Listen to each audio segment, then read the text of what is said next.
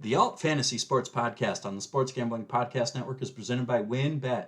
WynnBET is now live in Arizona, Colorado, Indiana, Louisiana, Michigan, New Jersey, New York, Tennessee, and Virginia. From boosted same-game parlays to live in-game odds, WynnBET has what you need to win. Sign up today, bet $100 and get $100 at sportsgamblingpodcast.com/wynnbet. That's sportsgamblingpodcast.com/WYNNBET. State restrictions apply. We're also brought to you by SGPN's Big Game Bingo. $57 SGPN gift card for every bingo hit. We're also brought to you by SGPN's 57 Bets Challenge. $570 cash and a $570 gift card to the winner of the props contest. Get all our contest info exclusively on the SGPN app.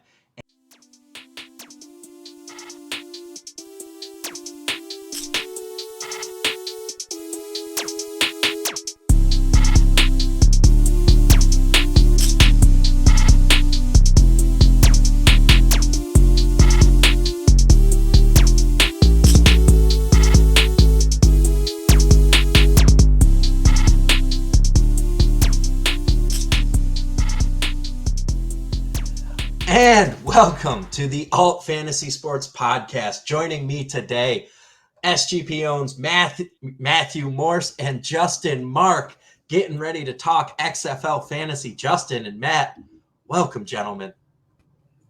Thanks for having us, Adam. You are a gracious host and a gentleman and a scholar. Yeah, I can't back that, but yeah, let's talk some XFL. I'm stoked. I housed you at the USFL Championship game, Justin. I gave you a place to stay, and this is the repayment I get. Touche.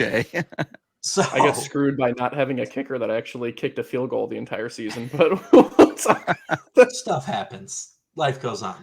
All right, y'all. So we're excited to be here, AltFantasy Sports Podcast. We're excited for a great AltFantasy XFL fantasy football season.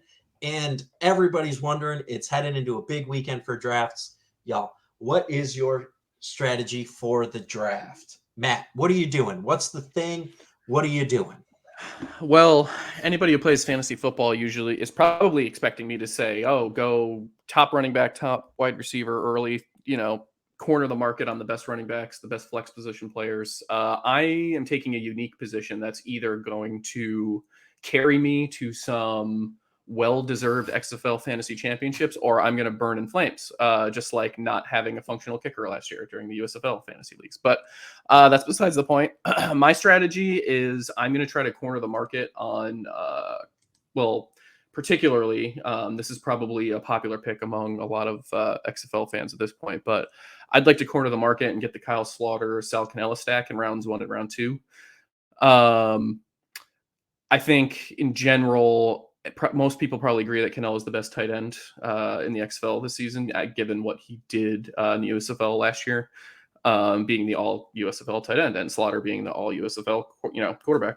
And they're reunited and probably going to be my favorite stack to use every week in daily fantasy as well.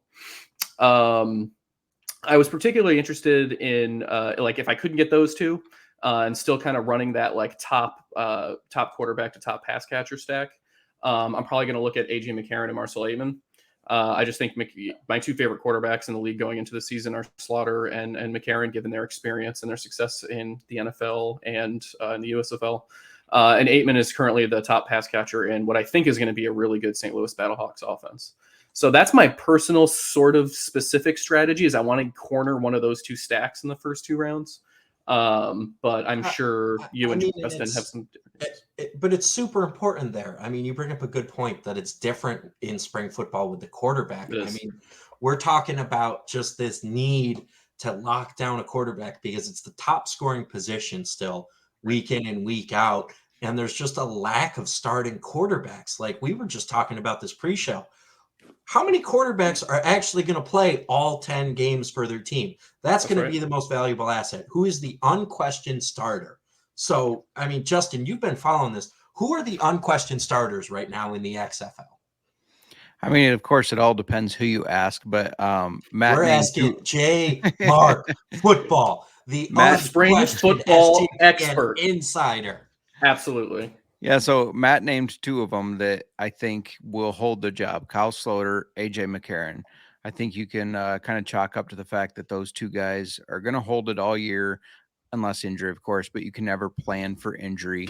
The other guy that I think will probably play all year, Brett Hundley, reportedly getting paid a bunch of money because remember, everybody's paid the same except quarterbacks. That's a discretionary pay for the team. He's reportedly getting paid a lot. They brought him in. They liked him since the very beginning. They just didn't know if he was going to be available. He's the only other one that I could see unless Cole What about McDonald Cole McDonald? Yeah. does end up playing. I know a lot of people like Brandon Silvers because of his history in spring ball, but I'm a Cole McDonald fan. There's not a throw that guy doesn't think he can make, which can get you in a lot of trouble, of course, but it also leads to a lot of big plays. He had a lot of big plays at Hawaii. I think that transfers over. I think he starts all year. I actually kind of like that. Oh, I'm sorry. Go ahead, Adam. No, go ahead, Matt. No, the point I was going to make too is even if Cole McDonald is a risk taker and you think that can get him into a little bit of trouble, I think we just saw last year in the USFL. Kyle Slaughter was named the All USFL quarterback, throwing 10 interceptions to 11 touchdowns. So he wasn't the most efficient quarterback, but taking those risks did translate into a lot of points, and a playoff appearance. So. But Slaughter was hurt last year. Like he lost a whole facet of his game. I agree. He sprained the ankle. And even trying to throw off a sprained ankle is still going to be challenging. I don't have the stats in front of me, but I think the majority of his turnovers were post-injury. But WynnBET is the official online sportsbook of the Sports Gambling Podcast Network. WynnBET is active in a bunch of states, and there are tons of ways to win, including live betting and same-game parlays, aka WynnBET. Build your own bet. The big game is here, and WynnBET has you covered. Great promos, odds, payouts are happening right now with WynnBET. Ready to play? Sign up today and receive a special offer. Bet $100, get $100. Limited to state availability. And of course, if you hit the biggest long shot parlay of the week, you get $1,000 free credit. There's so much to choose from. All you have to do is head over to sportsgamblingpodcast.com/WynnBET so they know we sent you. That's sportsgamblingpodcast.com/WYNNBET. Offer subject to change. Terms and conditions at WynnBET.com. Must be 21 or older and present in the state where WynnBET, where playthrough WynnBET is available. If you or someone you know has a gambling problem, call 1-800-522-4700. And I think, Justin, you left a key name off there, though. Ben DiNucci in Seattle just feels like a lock to start all 10 game. I know Steven Montez is a spring football darling, but Ben DiNucci has played in the NFL, won NFL games. He's got the NFL chops. He's got the NFL experience, and he's playing in that June Jones offense. You want to buy in a league that's full of young coaches, first-time coaches, long-time assistants, not oftentimes play callers. I'm really trying to corner the market on Houston and Seattle because Houston and Seattle both have veteran play callers. I know in Houston we're looking at it and you're saying, oh, AJ Smith isn't a veteran play caller. AJ Smith was rumored and pretty much all but confirmed to have been calling the plays the last time around in the XFL. So he's familiar with that city and he's familiar with that scheme. And he has his favorite weapon, Nick Holley, back in the fold. I like the Nooch, but I am a Steven Montez truther. But it really does depend on how much June Jones. Montez truther badge go right next to your Brian Scott truther badge? Well, the Brian Scott one's a lot higher. Come on. Are we sure Justin isn't just Brian Scott in a mask? Are we sure? Who took the under on 5 minutes before Brian Scott's name came up? You lost because we're 6.5 in. So sorry about that, folks. I held myself back from the rant right away of the best quarterbacks and not saying Brian Scott. It does go a long way with what June Jones is going to do with that offense. Legendary play caller, has had success pretty much everywhere he's been. It's a matter of if he's going to open that offense up. If he's going to open it up and allow a quarterback that can move a lot, Montez is the guy. If he's not, then the Nooch is the guy. So that's why I'm kind of torn there on those two to see who's going to start all year round. I think Montez has better upside, but again, if June Jones doesn't want to open that offense where you have a mobile quarterback, then I don't think Montez gets the start. I mean, Ben DiNucci, you're acting like Ben DiNucci's a statue. He's not. I mean, he's not a statue. He's not a statue. He can run the ball. And the point of the June Jones offense is it's all spread out. So you don't have to be a super athlete. You need to be able to move and you need to be able to make plays with the ball in your hands in open space. And DiNucci has that capability. We're talking about a guy who ran, pretty well in college, where they're factoring in sacks, had 2.5 yards a carry on his career. That's including his sack numbers. So he's still a guy who can move and get positive yardage with his feet. Yeah, he doesn't move as well as Montez, though, in my opinion. Justin puts his. I'll stand on this Montez hill. That's okay. Justin's going to stand and die on the Montez hill. Morris, what you got? I'm glad we brought up the Sea Dragons though, because I know when you asked me about my early round draft strategy, I got a little specific that, like, me in particular, although I probably shouldn't be telling you two this because I'm guessing most of the fantasy leagues I'm going to be in are going to include you two. And Adam has a history of using my mock drafts against me, TJ Hawkinson. But anyway. It was great. It was great. I knew that was going to happen. I almost landed that plane too, but couldn't bring it home. Just for reference, we did about 10 mock drafts with another friend of ours, and almost every time at the 4th round turn, I nabbed TJ Hawkinson, and I should have known better. And in our actual draft, it was coming up on me, and he sniped him like 2 picks before me because he knew that's where I would grab him. But anyway, enough of the NFL. People are here to listen to XFL. Spring football. I'm sorry, we're clearly sports and football fans. Hence the Jets things behind me. Anyway, so I'm glad the Sea Dragons came up because I know I was oddly specific about my my strategy being I'm trying to corner those stacks because, like you said, Adam, points are going to be at a premium. We don't know who's going to be starters all season. So if you can nab one of those top guys that are likely going to be chucking the ball for 10 games, that's who you want, and you want their top pass catcher.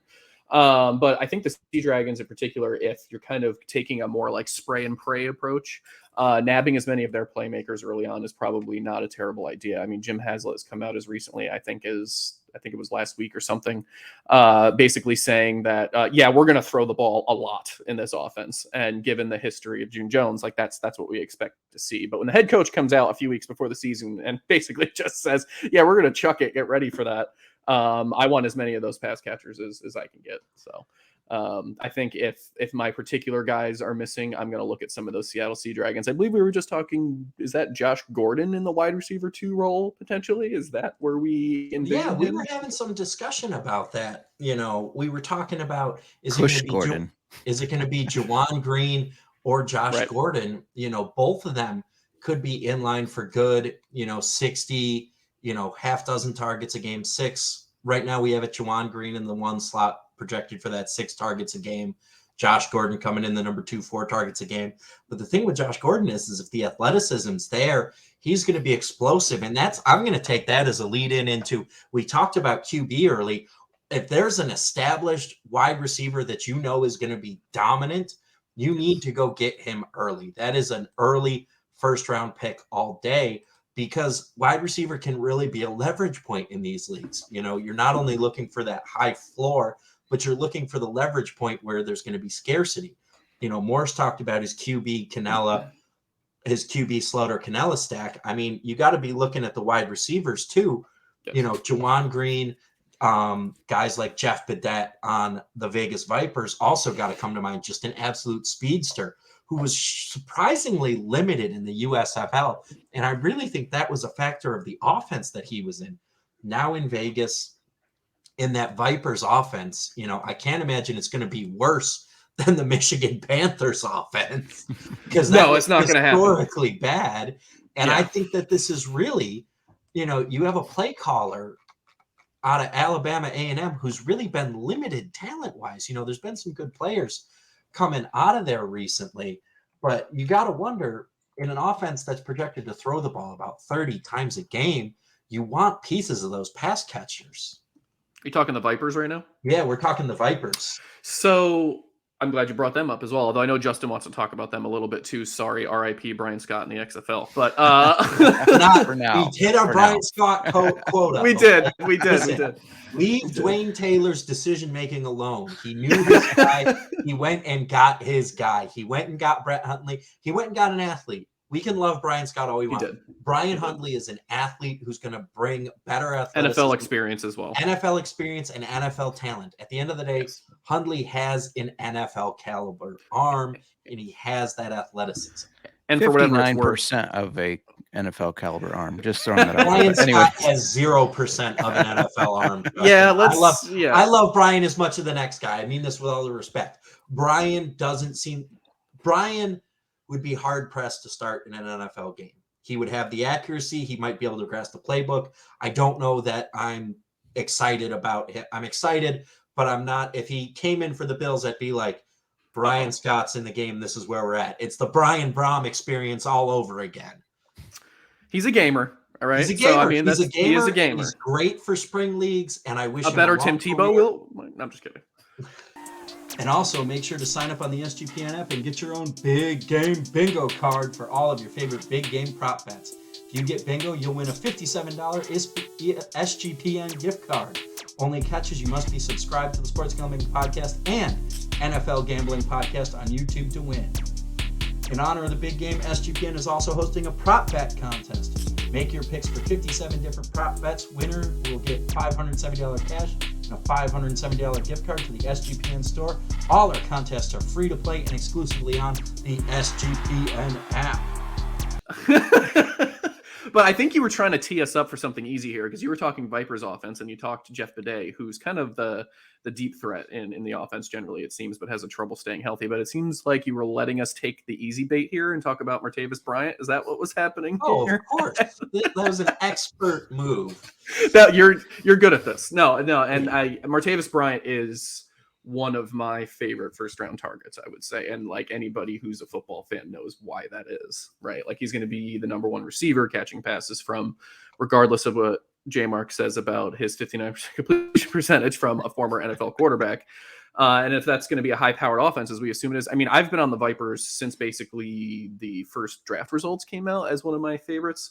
Of course, at the time I was really excited about the prospect of Brian Scott throwing to Martavis Bryant. But now I guess I'm going to be excited about Brett Hundley throwing to Martavis Bryant. Now, legal troubles aside, anybody who watched the Pittsburgh Steelers when they were basically wide receiver U of the NFL, it seemed like every mid-round wide receiver they drafted turned into a star, regardless of their off-the-field antics. I believe Bryant's rookie year, he he had limited action. He only started 6 games or something, but I think he led the league in yards per catch or something like that. And then on 28 catches, still managed 8 touchdowns. It was something ridiculous like that. And if you just Google Martavis Bryant highlights, you'll just see some of the ridiculously athletic things he did in the NFL, including the what should not have been a catch on his behind in the playoff victory. I can't remember who that was against, but I don't know if anybody else remembers what I'm talking about, when he did a cartwheel and somehow managed to hold the ball on his buttocks as he did a flip in the end zone, and they called that a touchdown. But anyway, I think that's a really good point made by Adam, and I'm gonna let Justin talk about the Vipers because he has some feelings about this. I'll leave the Brian Scott talk out of this and just talk about the receivers. While I think Martavis Bryant is a great grab in early rounds, my only concern there are he's got Geronimo Allison, Jeff Bidet, Matthew Sexton. He's got some competition there of guys that have put up numbers. Geronimo Allison with the Packers, then the Lions, Jeff Bidet in spring leagues as a big playmaker. So it'll be interesting to see how that wide receiver room shakes out. When I look at it, that might draw me a little bit away from them for a 1 or 2 round pick. Of course, I like to start with quarterback because there's only 8 teams. You start with your quarterback. We talked about the uncertainty, and then I take a running back. But if round 3, if Martavis Bryant is still there, then I would absolutely grab him in round 3. So who are, it may not be your strategy, but who are the 3 wide receivers that you guys think you can go and get in rounds 1 and 2? Who are the 3 receivers where you're if you want to pivot and you want to, you can attack quarterback from the streaming standpoint. It's tricky and it's dicey, but it's possible, especially with the 1, 2, and 3 point plays being back in play and some of these quarterbacks being bigger, harder runners. I think we're going to see them used more at the goal line, like Eric Dungy. You could create a leverage point where your flex players are so much better, and you just trot out Eric Dungy, who's just going to pick up 1 and 2 point conversions, right? But that's going to give you 6-7 points a week, and you're just dominating in the other spots. Who are the top 3 receivers in your mind right now, Justin? Yeah, Martavis Bryant, even though I just talked about how he has a lot of competition, he's number 3 for me. Number 2 is going to be Brandon Arconato out of Washington State. And I think Sloter and him are going to get a really good connection going on. I think he's a good playmaker that people probably don't recognize the name. And then number 1 with AJ McCarron thrown to him is Marcel Aitman. He's a 6'4" dude out of Oklahoma State. Just a big guy that I think he's going to be a huge red zone target and get those touchdowns for you in what could be a touchdown dependent position. Morse, what about you? Yeah, I think those are great picks. I really wanted to go with Aitman and Bryant myself, but I think that's not to go too chalk, but those two, I mean, you're pairing them with who I think are two of the best quarterbacks going into this season. Arconato, also a great pick. I'm curious to see what you guys think about Eli Rogers. I know he's only projected to be wide receiver 2 right now, but he was somebody I was really high on when the USFL was coming about. I know Justin remembers this, but I was ready for that Teamo Eli Rogers connection, and then something happened where Eli Rogers was no longer on the roster. So I don't like agreeing, but Justin picked the 3 that I would want to target, no questions asked, in the first round, especially Bryant or Aitman. I'm just curious to see what you guys think. What are the chances that Eli Rogers becomes a guy that finds his way into that conversation early on in the season? I think the problem for me with Eli Rogers is just when I look at that Orlando quarterback room, we talked about it, there's always a team that's a disaster at quarterback, and it's just a rotating. No, maybe not a disaster. What? It's a rotating door, and we look at that team, Paxton Lynch, DeAndre Francois, and Quentin Dormady. You're really hard pressed to say one of those guys is going to differentiate. And they're all runners. Really? I love DeAndre Francois. I think if given the keys to this offense, he could end up being a 1 or 2 quarterback in the league. Now, do I think they're going to give him the keys? I don't. I think they're going to maybe hand it to Paxton Lynch, let Francois or Dormady come in now and then. But I'm a huge DeAndre Francois truther. He's a guy where a similar situation to USFL's DeAndre Johnson, where he was a big-time quarterback at Florida State, had an off-field issue and got removed from the team, ended up finishing at Hampton, and because of that, didn't get a lot of attention. But he's done well at some of these smaller spring leagues, and I think if they will give him the opportunity to start multiple games, I think he could be a really good quarterback. Yeah, I mean, and just my top 3 receivers rounding it out, Juwan Green for me is just number 1 right now. I'm glad he came up. He has the best quarterback. He has one of the best quarterback situations with DiNucci there in Seattle. He has June Jones offense. He's 6 They're going to throw a lot. Going to have a lot of work. He's got experience. He's been on NFL rosters with the Falcons, the Lions, and the Titans, just where there's been messy wide receiver situations in run-heavy offenses. I mean, in Detroit, that team stacked top to bottom. No wonder he couldn't get a shot. Now in a place like Seattle, he's going to get a chance to shine. Secondly on that list is going to be, I like Arconato with Sloter. Sloter is set. Sloter will sling it all over the yard.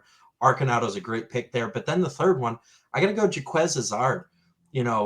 Speedy guy, down there in D.C., going to be Jordan Ta'amu or De'Aaron King, most likely Ta'amu's number 1 target. And that's just something where someone has to catch passes in D.C., and Jaquez Izzard just feels like he's going to be that guy. I agree with that. I mean, he's got a lot of talent, and a lot of people probably don't know him because of his Sam Houston State days, smaller college, but that guy can ball. So I like that pick. That's a good one. Are we no Josh Gordon talk here? That's we're just avoiding Josh Gordon in the first round. I mean, I would consider it. I'd probably be more apt to take Gordon in rounds 2 or 3 if I felt like I just wanted a piece of that Seattle offense. And I mean, I just wanted to find a good opportunity to mention that one of the last times that Gordon was healthy and not in legal trouble, he somehow managed over 1,600 yards in 14 games with a horrid quarterback situation in Cleveland. So I'm just saying, not your worst use. How many years ago was that? We're not going to talk about that. Don't worry about it. That's my only. No, I know he's old. That's my only concern. All the football athletic years, ability, he's old. Yeah, all the athletic ability, but just the age. I wonder if he's going to be a little bit slower. If he's not, and is he like 31? He's in his 30s, at 31, 32, I think. He's still 6'3". Like, he's ginormous. I mean, that's the thing. And if he can be as fast, he doesn't have to be as fast.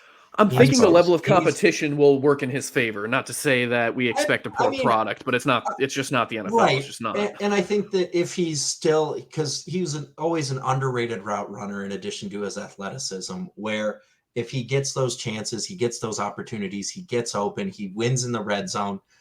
Touchdowns are king. For anyone who's playing AAF spring football, you remember the Birmingham Iron and what's his name? What was it, Trent Richardson? Yeah, Trent Richardson. I wanted to say Dilfer, and I was like, no, look at that. Even more mediocre. Trent Richardson had less than 200 yards on the season, I think, but was the number one running back because he scored like a touchdown and a half a game.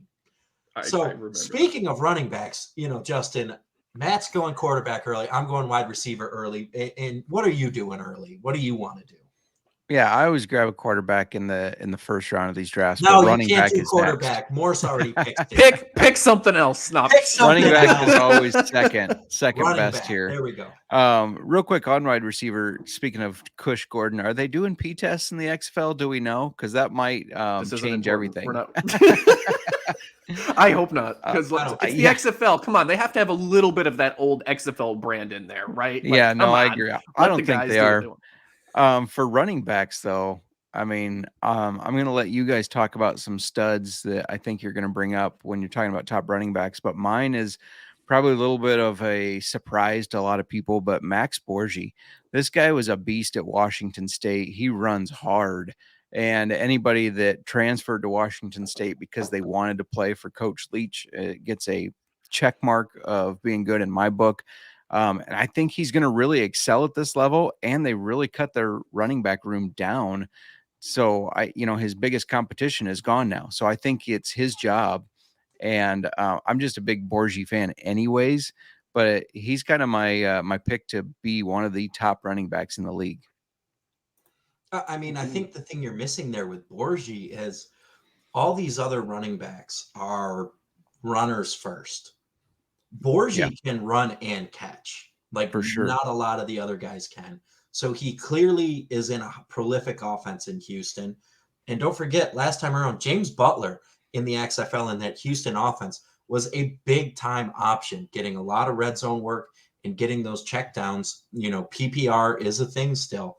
Max Borgi is possibly the most complete running back that we're going to see on the field in a prolific air raid offense down there with the Roughnecks. I mean, it's hard to argue against Borgi one overall. Yeah, no, I love it. I'm glad you brought up the PPR point as well, because I think most leagues are probably going to be PPR to pump up the points, right? Like we want all these leagues to be PPR. So even just that was part of my drive to push the Seattle Sea Dragons and the Vegas Vipers and these teams that we think are going to be throwing it a lot, because touchdowns are king, but if touchdowns are king, volume is queen. I don't know. It's close. Mm-hmm. It's second to the scoring opportunities, I think. I thought that was a good point to make. If we're still talking running backs, so we're going to talk about Abram Smith, right? Like that's where he has to come up during this discussion. I think he was the first position player off the board in the XFL draft. And rightfully so. We keep talking about draft capital, and it's like the positions are set. I know. There's literally infinite available players out there. There is. Sure, it matters, but who else was like, oh, damn, they got Abram Smith? I mean, it's got to mean something, right? Like, how much do we have to go on at this point, right? Like, depth charts are whatever you make of them at this point, right? Like, we get different information every day. I mean, it was 5 minutes before the show, we found out Jordan Ta'amu had been named the starter. So that was, we had hoped that would be the case. Starter. The week allegedly. Allegedly. Yeah, see what I mean? So lay off me about the draft capital. I've got what I've got to go on. But Abram Smith, if Justin's going to bring up age, right? Smith is still young, right? Like we know Gordon's kind of an old head, but he had talent back in the day. Smith was his senior year of Baylor, I think was 2021. So he's still got a lot of tread on those tires. And it's not like he was just another guy. He ran for 1,600 yards and 12 touchdowns. So clearly he has the ability to be a bell cow back. Now, what is his receiving contribution going to be? That is yet to be seen. I don't think he added much to the Baylor offense on the receiving side of things. But as far as DC goes, I mean, that seems like a nice little combo they have now in Smith and Te'amu. Might be an intriguing offense to keep an eye on. I know it hasn't been at the top of a lot of people's boards. Whether they're going to be running the ball a lot, whether it's going to be a balanced attack is yet to be seen. But I'm particularly intrigued to see what that offense looks like if Te'amu is the week 1 starter and we have Smith as the number 1 pick, even though Adam doesn't like me saying that in the draft, leading the backfield. I just think that you could do worse if you want to go running back early than take the number 1 position player that was taken. Clearly, people that are much better at this than we are saw his talent, decided to take him first off the board. Well, to your point, yeah, draft position might not matter as much, but when you look at a player and you go, that's got to be our number 1, you're most likely going to feature him or have him as a good part of your offense, in my opinion. And this guy is a bruiser. Smith is a bruiser, so he's going to get a lot of hard-fought yards. He's going to get a lot of goal line carries. Anytime they're within the 10, I imagine he's getting the ball. So, I think he's a bruiser. I think he has an opportunity of being one of the top 3 backs in the league. And he's probably going to get a lot of work given that he is so young and has so much tread on his tires. He's not going to wear out like some of the older guys that are trying to make a name for themselves in this league again. But we're talking about a guy who only has 1 season of college production. 1,600 yards of good production. Oh, it was, trust me, I never said it was bad production. It was just 1 year, and it's not like he was playing at Baylor. Like, you can't get on the field at Baylor until your senior year.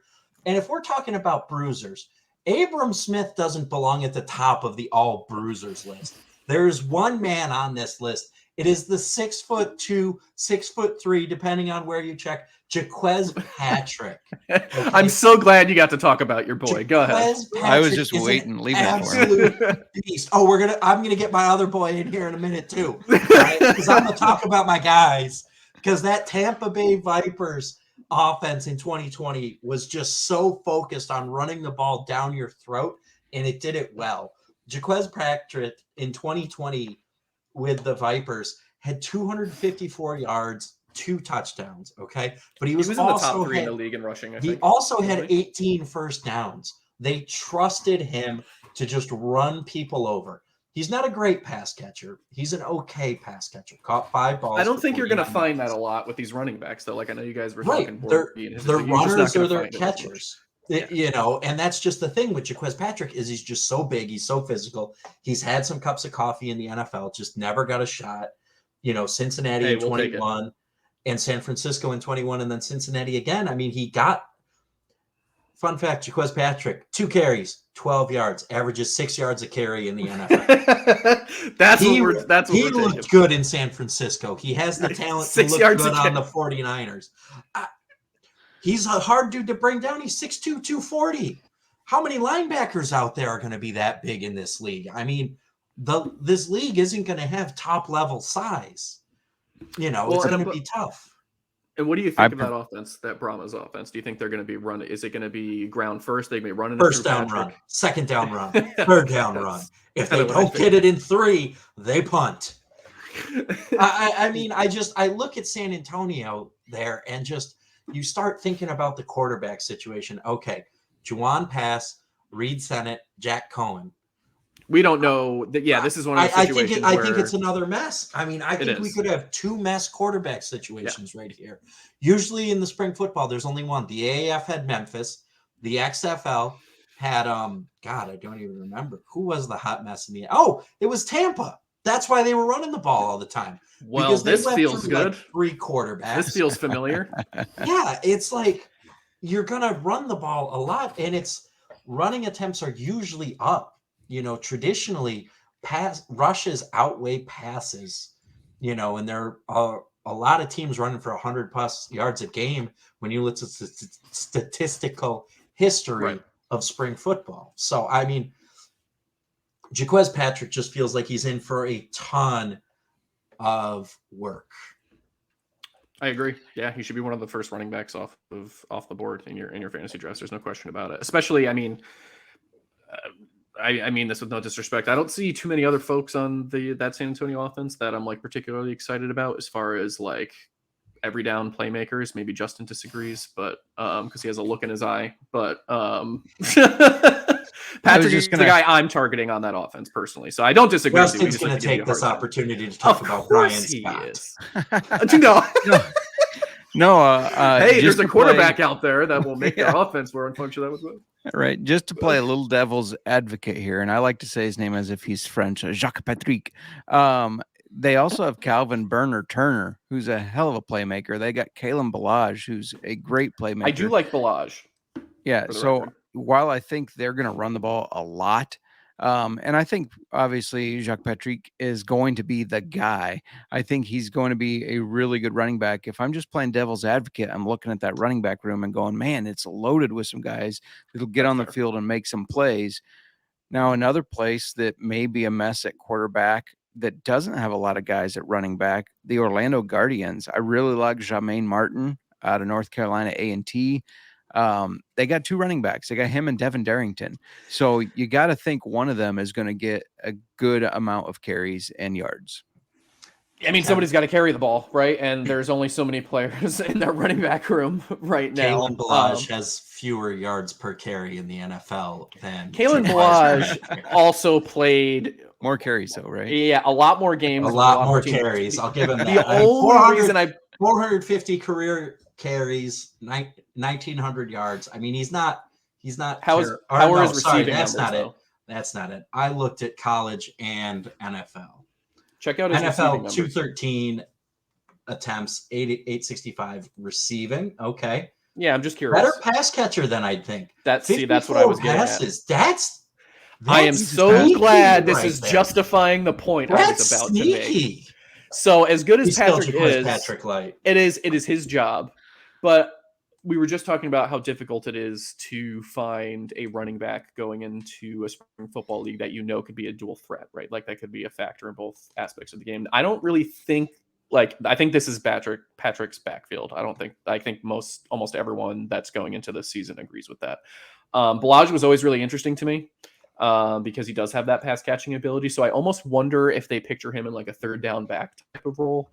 I don't know if that ends up expanding. I don't know if they work him in as a pass catcher in early down situations. I don't know, like 2 running back backfields, a lot of screens. I don't know what that's going to look like. He's just a name that I'm so glad he came up in conversation that I'm just like kind of keeping an eye on. I don't think he's going to go super early in drafts, but I'm intrigued as like a mid to late round flyer as far as PPR points go. We know how valuable that volume is.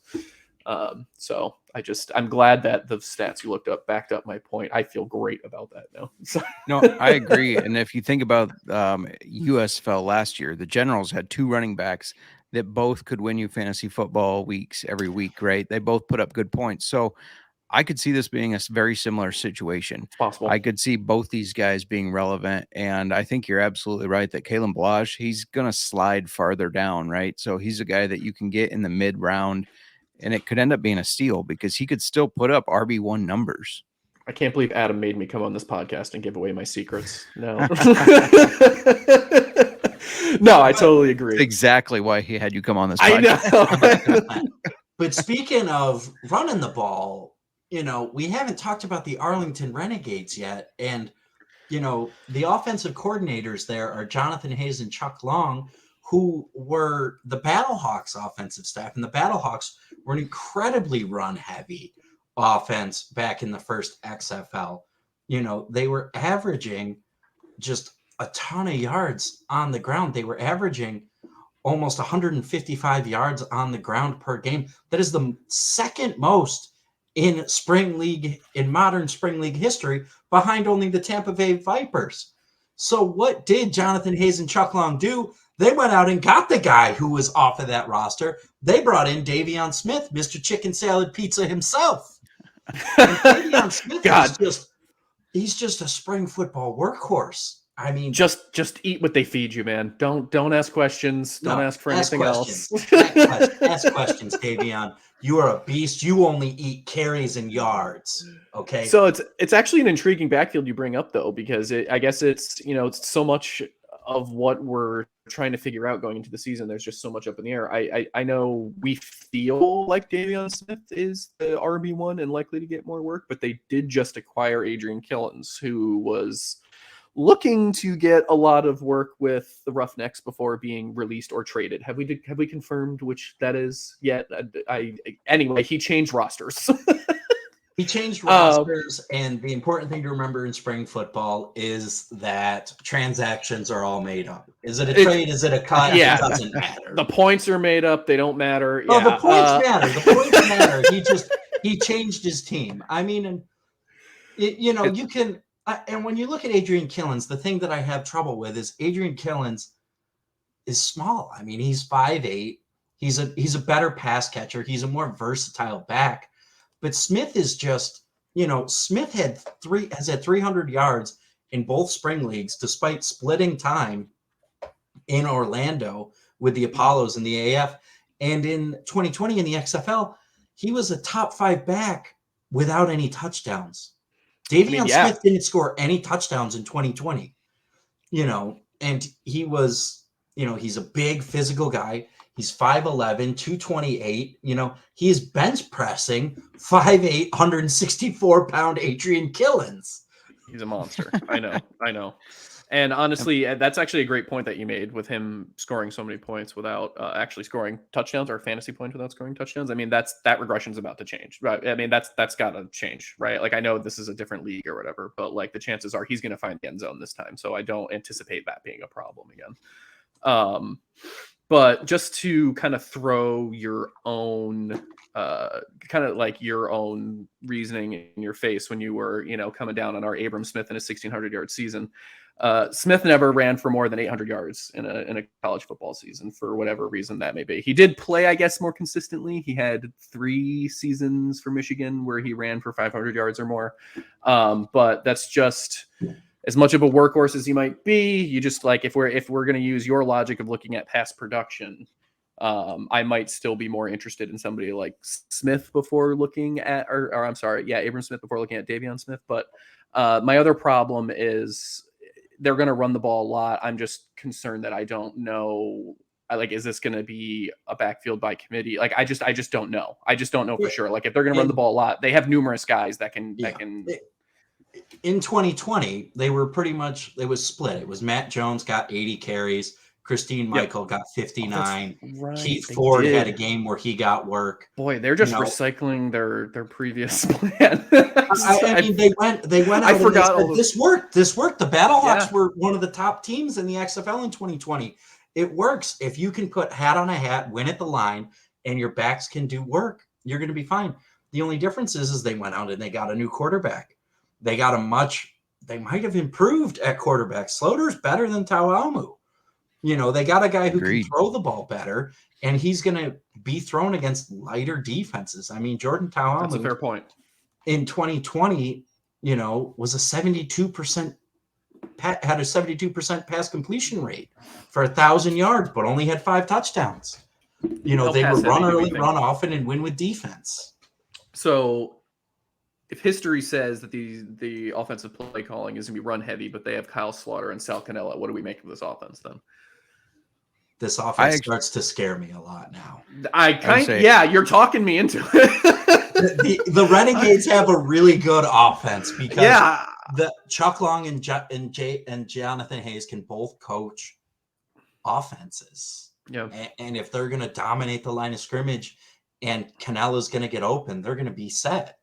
I almost feel guilty not mentioning them as one of my favorite offenses at the opening of the show, given how much I love Kyle Slaughter and Sal Cannella. And you've just absolutely. Go ahead. The more we talk about it, was Slaughter, Smith, Arcanato, Cannella. Yeah. And then, of course, Bob Stoops and Chuck Long with their Iowa Hawkeye ties. Man, I'm starting to really like this team in the last 30 minutes. Home, Iowa. So, and just one more deep guy we got to talk about in this, guys are listed at different positions. Let's each give one deep running back that we're kind of interested in. I know for me, it's Nick Holley, because Nick Holley emerged in 2020 as more of a receiver than a running back. I mean, he was heavily involved in the passing game for the Roughnecks and offensive coordinator A.J. Smith's offense. I got to imagine he's going to go right back to him. Nick Holley was a stud there. He was second in receiving yards on the team behind Cam Phillips. He had 21 catches for 267, and really he was outpacing Cam Phillips in some games just on the PPR points alone. I mean, he's a guy who can work at all levels of the field. I'm interested in Nick Holley in like rounds 5 and 6 in my drafts, just because he has the familiarity and PPR touches are going to matter. Right. I mean, I gave you my Kalen Ballage. That's my favorite sleeper. But if we're looking for another one, what do we make of Raquel Armstead? I know he's got Abram Smith ahead of him on the depth chart. We were briefly talking about this before the show. That poor guy got knocked out of football for a year and a half because of COVID. So, I mean, I don't know what he's looking like these days, but I mean, he had some run with the Jacksonville Jaguars. I mean, he's got quite a bit of NFL experience. I mean, if that's an offense that decides to run it through its running backs, I know he's RB2 there currently, but is he not worth a dart throw? I mean, I think so. That whole backfield is interesting because of Abram Smith, Raquel Armstead, Puka Williams, Artevis Pierce. Those last three guys have NFL experience and they can run the ball. And they're weird. The lawnmowers away from Puka Williams. Exactly. Yeah. No toes, Puka. But go ahead. I was going to say my late round guy for the Battlehawks, Brian Hill. Everybody thinks Mateo Durant's going to win that job, but Brian Hill, he played at Wyoming, did very well there, played for the Falcons in the NFL. I mean, this is another guy with NFL experience that can run the ball well, that probably not on a lot of people's radar, that a mid-round target that you can get that could give you good fantasy points. Has anybody ever looked back? Sorry, this is related but unrelated. Has anybody ever looked at what the correlation is between NFL experience and like success in a spring league coming in? Is there a direct? I know we mentioned that a lot. There's no correlation. There's not a lot of correlation. We mentioned it a lot because I think that's what we have to go on with a lot of these guys, because they don't normally have a lot of other experience other than in college. But we assume doing something or doing well in the NFL will translate well in spring leagues. I'm actually just curious if we've ever actually seen an analysis of this. And I like Raquel Armstead's talent, but the problem there is, looking at Reggie Barlow and his staff coming out of Virginia State, they never really featured an RB2. The only year where there were some splits is years where it looks like guys got banged up. They never really went with two RBs. It was a dominant RB1. And the Battlehawks, I got to tell you right now, that team scares me, and not in a good way. Please elaborate, Adam. I know it's a league of opportunity, but every other guy went out and got coaches who have experience. Anthony Becht went out and said, screw it. I don't have experience. I'm going to get guys with less experience. Bruce Gadkowski was a high school coach previously. He's now calling offensive plays in a pro league. Ricky Prohl was a wide receivers coach. Last a wide receivers coach in 2016. Art Valero was a defensive analyst at Texas Tech in 2021, and before that, tight ends coach at Colorado State in 2014. It's just, I'm really struggling to put this offense together, and I know they have A.J. McCarron, but they just make me really nervous by a lack of experience on the offensive side of the ball. They're going to be a really interesting experiment, I feel like, because that's actually a really good point that you made. It's what's going to win out here, because I feel like they're one of the more talented offensive rosters. I mean, I guess I'm not as high on their backfield as some other teams, but I'm still targeting, like I had mentioned earlier, AJ McCarron early in drafts, just because, I mean, he almost won an NFL playoff game, right? Like he's been around. So this is going to be a really interesting interesting experiment to see what wins out here. Can like a talented roster make up for potential coaching deficits, right? Because you're going to have McCarron throwing to Marcel Aitman that we've spoken about here. I mean, Darius Shepard is slotting in as their wide receiver too. The USFL's own Darius Shepard. And I mean, I've been particularly intrigued by Jalen Smith out of Louisville. He was originally listed as a tight end. Apparently they've converted him back to wide receiver. I was really thrilled to see what they were going to do with him at tight end, because I thought he was going to operate in more of like a slot possession receiver role. So I was really intrigued. More fantasy advice here. I was really intrigued as a mid-round PPR target by Jalen Smith. Not to get too derailed here, but yeah, no, really, that's another fun aspect. I'm definitely going to be keeping an eye on. What do you make of the Battlehawks? Because I think they're one of the more, I think, odds wise to win the championship. They're the odds-on favorite. I don't know if you realize that. That's just the St. Louis fans carrying them to something now. This is as of like a week ago or so. They're plus 400, followed closely by the Seattle Sea Dragons at plus 450 for our gambling fans out there. So yeah, I mean, they got to be one of the more polarizing teams going into the season. I mean, in my opinion, I know we're talking fantasy football, but they're the best team on the offensive and defensive line, and I feel like football is one in the trenches. But Adam, you brought up a really interesting thing that I guess I didn't put together. Ricky Prohl, wide receiver coach, has his son Austin Prohl on his team. You don't think he's greasing the palms of the offensive coordinator saying, hey, throw this one to Austin. Hey, throw this one to Austin. Let's get some plays for Austin in there, man. More fantasy advice. Draft right. Austin Prohl. If Austin Prohl can work like his dad in the slot, he'll be good. But guys, I mean, we've gone 47 minutes now, and we had more topics still to go. We got to wrap this. We're going to come back again tomorrow with some more. So, but anyways, guys, tell us what we got in the can coming up. Tell us where everyone can find you real quick. Go ahead, Matt. Well, you can find me on Twitter at MattMorse12, where I will be discussing all things spring football, USFL, XFL, you name it. SGPN's 2023 fantasy guide is currently pinned to my profile. If you haven't seen it yet, please go take a look. There's a few names that now have to change thanks to the incoming news that we get as the show starts that Jordan Teamo is the week 1 starter. So we're building we're building the plane as we fly it, but it's a good read. Please go check it out. And the one and only J Mark, the spring football insider himself. Yeah, find me on Twitter at JMarkFootball. I post all my stuff there.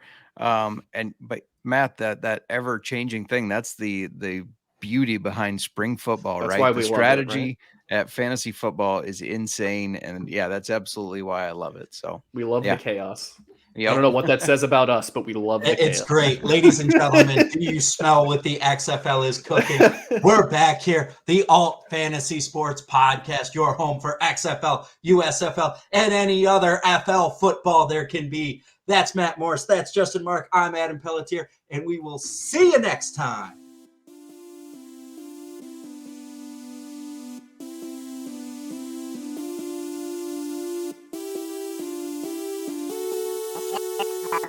Nova Production.